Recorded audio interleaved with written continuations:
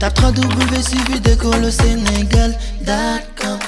À école au Sénégal, c'est facile, tu n'as qu'à te connecter. Tape école au Sénégal, les leçons sont beaucoup plus détaillées. Après avoir passé en revue les étapes de l'introduction, nous allons réviser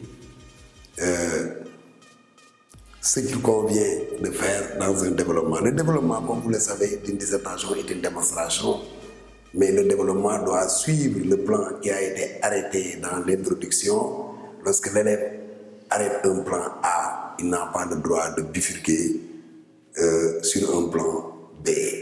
C'est le plan qui a été annoncé dans l'introduction qui doit être respecté scrupuleusement par l'élève dans le développement. Donc le développement est une démonstration. Nous reviendrons davantage sur comment développer dans une dissertation. Après avoir terminé une partie, l'élève doit construire une conclusion partielle. Et dans une conclusion partielle, on rappelle brièvement ce qui a été fait et on annonce ce qui suit. Dans notre cours consacré sur la méthodologie et qui se trouve dans la plateforme, nous avons eu à montrer très clairement cela avec des exemples bien précis. Maintenant, il y a la troisième étape d'une dissertation. La troisième partie d'une dissertation, c'est la conclusion. Dans une conclusion, il est demandé à l'élève de faire le bilan d'ensemble de la réflexion qu'il a menée dans son développement. Faire le bilan d'ensemble consiste à rappeler les lignes de force, les grandes lignes de son développement, et après avoir rappelé les grandes lignes du développement, l'élève va exprimer son opinion personnelle sur le sujet. Quand il exprime son opinion personnelle sur le sujet, on a l'impression qu'il soulève un autre problème connexe, un autre problème qui est proche un peu du problème qui a été soulevé dans le sujet. Il donne son avis, et quand il donne son avis, on a aussi l'impression qu'il soulève un nouveau débat. Maintenant, la perspective, au lieu d'être une question que l'élève pose, la perspective consiste tout simplement à orienter le débat vers l'avenir. La perspective consiste à dire tout simplement comment, dans l'avenir, le problème soulevé dans le sujet va se présenter. Ce problème va se présenter sous quelle forme. Donc, après avoir rappelé un peu la méthodologie de la dissertation littéraire, nous allons aujourd'hui vous gratifier de l'introduction de cette dissertation que nous avons soumise. Maintenant, l'introduction. De toute façon, c'est la partie pratique. L'introduction, comme vous le savez, nous l'avons déjà dit, on amène le sujet et voilà l'opinion sur laquelle porte le sujet. La poésie est une insurrection, ça veut dire que la poésie est révolte, la poésie est cri, mais aussi la poésie est soulèvement, la poésie est indignation. Qu'est-ce que nous devons faire pour amener un tel sujet? On peut partir de la fonction engagée, militante de la poésie pour amener un tel sujet. Par exemple, ici, l'élève peut dire la mission essentielle d'évoluer à la poésie consiste à se prononcer sur les préoccupations du peuple et à prendre parti. Là, cette phrase peut servir d'amorce. Et comme vous le voyez, donc, le problème, c'est la fonction militante. Nous sommes partis de la mission d'évoluer à la poésie. une mission qui consiste à se prononcer sur les préoccupations du peuple. Lorsque le peuple a faim, le poète doit le dire. Lorsque le peuple a soif, le poète doit le dire. Lorsque le peuple est écrasé, le poète doit le dire. Et là, je crée un lien logique. C'est ainsi que Pablo Neruda déclare, deux points, je le cite,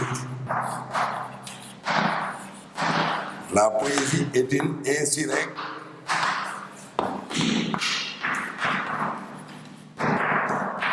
j'ai cité donc Pablo Neruda. Il va falloir que j'explique la citation. Et dans les préalables, souvent on demande à l'élève de reformuler l'opinion. Il peut utiliser ce connecteur logique. Autrement, ce mot de liaison, autrement dit, virgule, la poésie remplit une fonction militante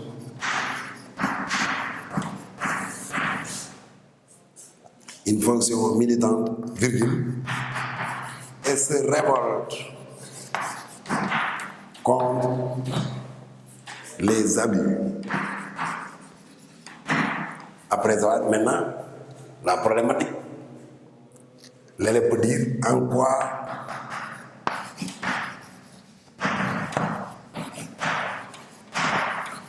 la poésie peut-elle être considérée comme un moyen de révolte.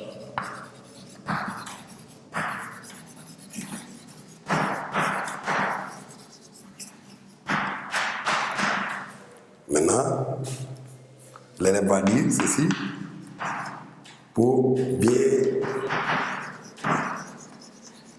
cerner cette problématique. Là, on annonce le plan. Il va utiliser le pronom nous, l'élève. Nous montrerons d'abord que la poésie est une révolte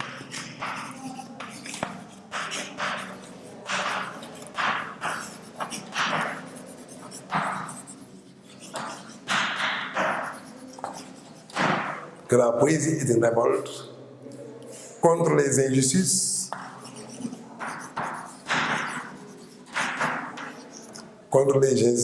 on va continuer là-bas, est une révolte contre les injustices, virgule, ensuite, nous démontrerons, on continue là-bas, ensuite,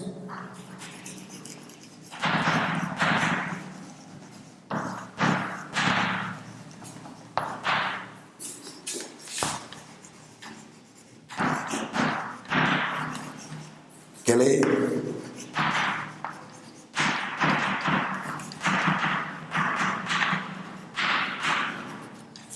est une exaltation du langage,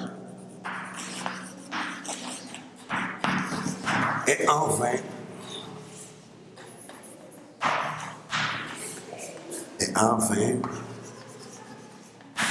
nous justifierons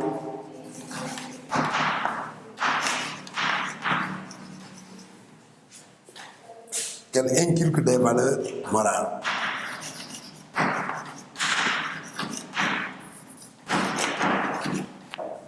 Qu'elle inculque